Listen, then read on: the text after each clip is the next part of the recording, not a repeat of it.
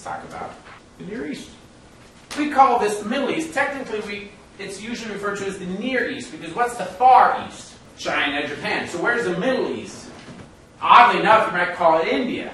Nobody calls India the Middle East. So sometimes people refer to the Middle East, sometimes they refer to the Near East, and when they say that, it's because they don't want to confuse that. It doesn't matter. You got it. Let's look about what we're seeing here. In the time of Alexander the Great, you're looking at hot spots of civilization. What Alexander the Great does is he combines all of them. Then he dies. This is important because when Rome pops up here in the little footprint, this is Greece, pops up here in the little footprint, and starts taking over parts of Greece, and starts taking over here, he helps to create kind of a single entity. When we think of Western civilization, our first roots are here in Mesopotamia and here in Egypt. And then immediately we say, and then Greece. And Alexander was what combined Mesopotamia and Egypt and Greece together. He helped to create them together, so it was one pot. But then you've got all of Europe. And what happens is after the fall of Rome, this area becomes kind of independent. A little bit. When Alexander dies, this is one section. This is one section. This section here is a little bit different. It grows up by itself. It's never again taken over. The Romans never take that spot over. And as the focus, the center of civilization gradually moves west, it goes from Greece, then it goes to Rome, then it goes to the Holy Roman Emperor with Charlemagne in Europe. And frankly, you could argue that it's moved off to the United States. That center and west has moved west, west, west. Well, what happened to these guys that left behind? They continued to develop on their own. That's the Middle East. That's the Near East. Okay. By 700, it becomes Muslim. How does that happen? This is Alexander's empire. Here, here. Not here. Why not here? Big giant desert. Not until you learn how to domesticate the camel can you figure this out. And that's not for another probably 1,200 years. Okay. So this is slow. During Rome's time, this is Rome. This is Israel. Mesopotamia kind of becomes its own middle spot. We call it the Parthian Empire. And it develops on its own, but it also still has kind of divisions. So over here, close to India, this is going to be Kush. This is what's going to eventually be Iran. This will be Iraq. There's no main country here. It's just cultural developments that are separate. They've been developing separately for a very long time. How does this matter when they all become Muslim? Saudi Arabia. This is right before the rise of Islam. This is still uncivilized. It's groups and bands. But I told you they had domesticated camels, and so they're moving through here, and they're cutting corners, and they're going along the coast. And there's people in here, but they have no political tradition. They are defined by their tribal connections, right? This is basically feudalism without an extra state.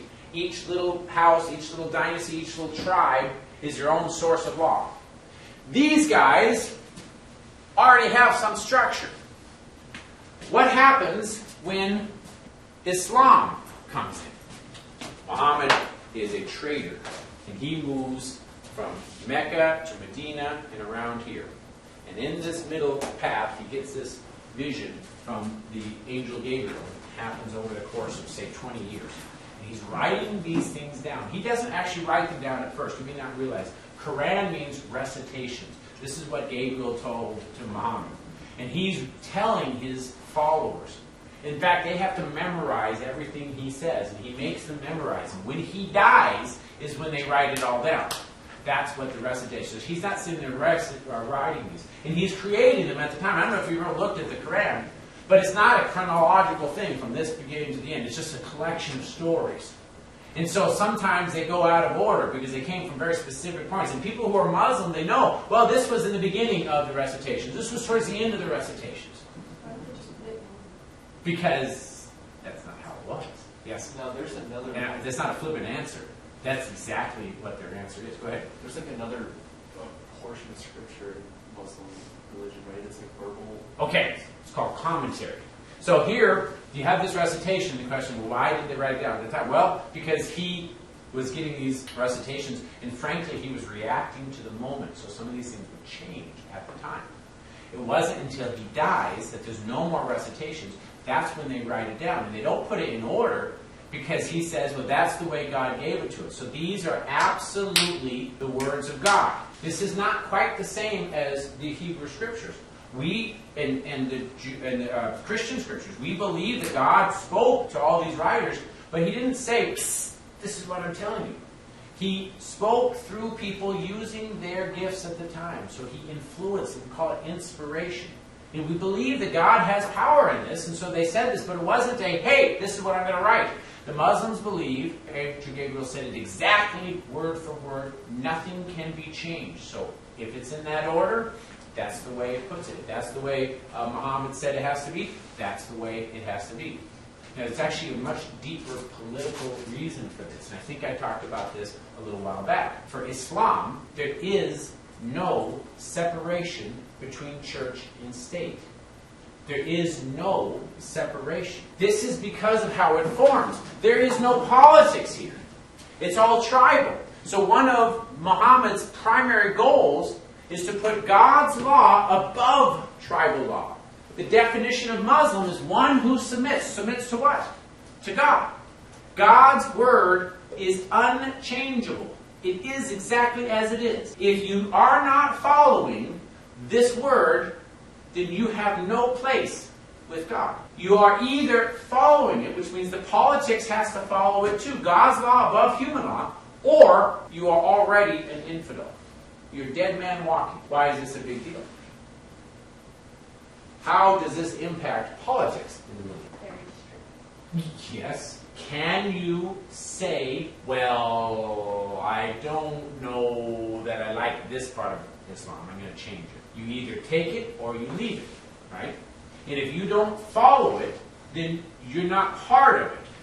And so you can't be in the country. You can't be a part of the government. Now, it doesn't mean that they eliminate all the Christians or anybody else, but it does give them a justification that there are the people that God is speaking to and that follow God, that have submitted themselves to God, and then there's everybody else. This was critical in combining the different tribal forces that are in Saudi Arabia. But what happens when Islam dies? Or when Muhammad dies? I talked about this. Immediately what happens? War. Between who? The United Tribes. They're kind of like tribal war, but they don't ever call it tribal war. But there's the people that belonged to Muhammad's tribe. Oh, isn't there like Muhammad's son and then Muhammad who he chose? Yes. There are people that follow Muhammad's tribe, his son, and then there's the people, because remember he wasn't about tribalism. So there's somebody from a different tribe that he chose. This is the difference between the Sunni and the Shiite, and it starts immediately. Immediately. And so if you have two different versions of Islam, this is not the same as differences within Christianity, because Christianity does not believe in a theocracy where there's no difference in church and state. In Christianity, there is a division. There's a separation between church and state, not in Islam. And so these theological wars always turn into political wars from the get-go. And for the first couple hundred years, you had different regions. Baghdad was invented basically as a new source of power for the beginning of this Islamic.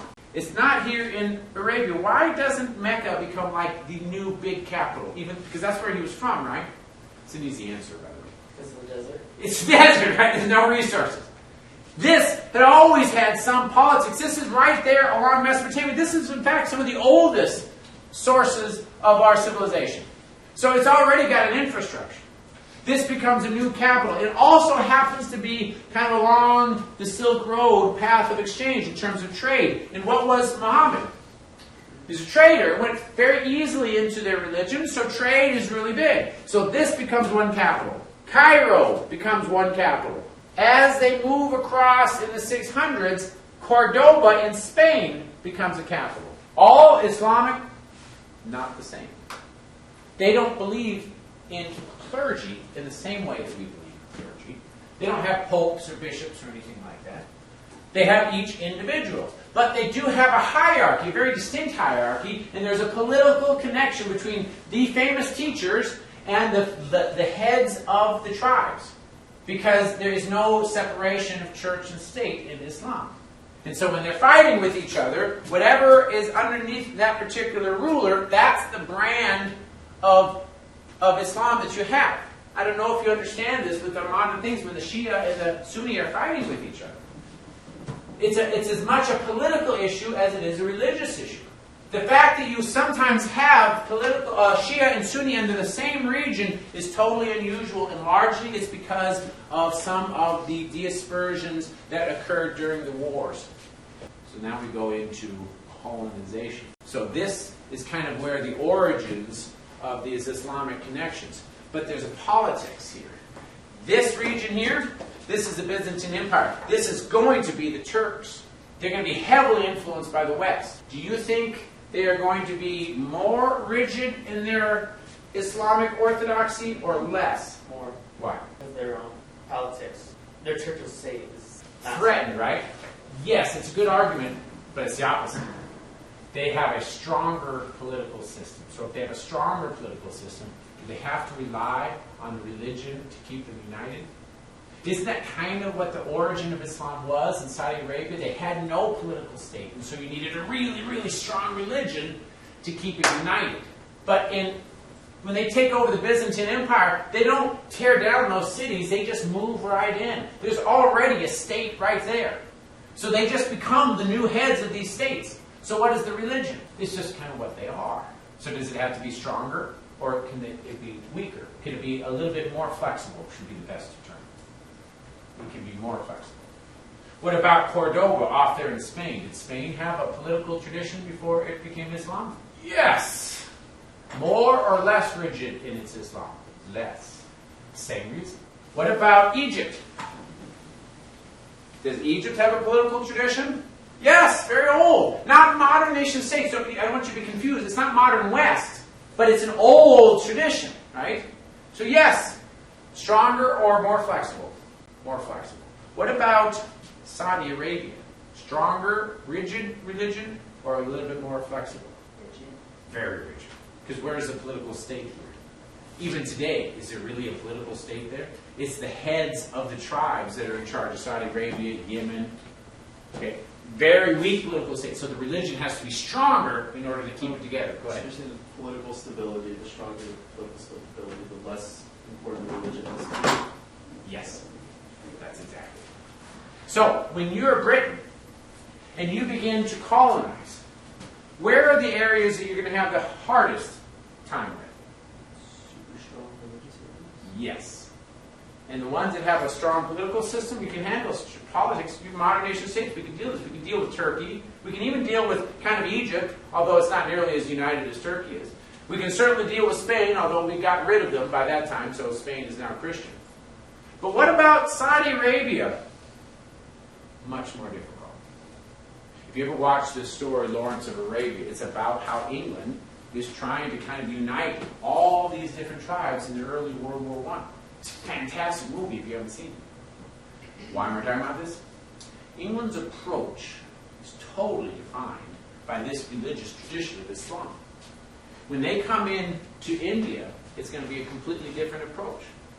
One of the approaches that they have with the Middle East is to focus on whatever the local politics is as best as possible. And then somehow hope that in the religious areas, in these confluted areas, they can find one person that they can hook onto. Because there's no way that they want to get into this mess. In India, they just developed their own colony. In China, they deal with the Chinese government. Because fundamentally, what's the primary goal of mercantilism under the British colonialism? That's it. We'll talk about this a little bit on Wednesday. Questions, comments, what you missed? So was the Middle East ever found? Not completely. English had a huge influence on Egypt. England had a huge influence on basically defining all this. But they never set up like a colonial government. Good question.